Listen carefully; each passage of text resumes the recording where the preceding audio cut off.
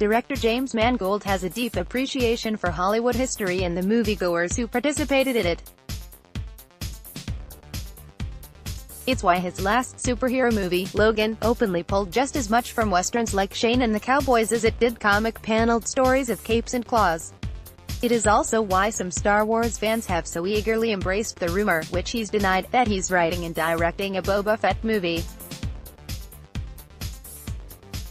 However, after seeing the anger in much of fan culture surrounding the release of Rian Johnson's Star Wars: The Last Jedi on social media, Mangold not only sounds unenthused about doing a Star Wars movie, but any film that is treated like scripture at the Nerd Mecca of San Diego Comic-Con.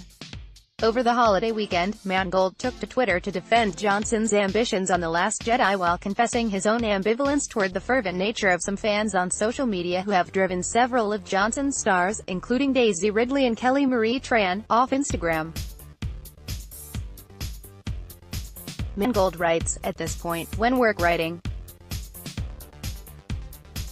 boards." Below you can read Johnson's full tweet of the response to a fan who claimed that hacks and corporate boards have already replaced directors who like taking risks, something Mangold dismisses while looping in the Twitter accounts for Rian Johnson and Christopher McQuarrie, Mission: Impossible Fallout. Further, Mangold elaborates on why he believes fans are treating their favorite comic book and movie franchises like scripture to their own detriment. And perhaps his most intriguing tweet notes how the whole shared universe business model, popularized and supersized by Marvel Studios and now Star Wars Lucasfilm, is, in Mangold's estimation, designed to make more money and deprives filmmakers to tell stories they're passionate about. He even implies Christopher Nolan's Batman Begins would not be possible in the modern environment, which is more concerned with setting up team-ups and spin-offs than telling a complete story like Begins. These do not seem off the mark. While Mangold appears personally reluctant to use the word toxicity while referring to larger fan culture, there is no denying a concerted effort by a vocal, and still sizable, minority in fandom that takes pleasure in harassing celebrities on Twitter, particularly if they are women.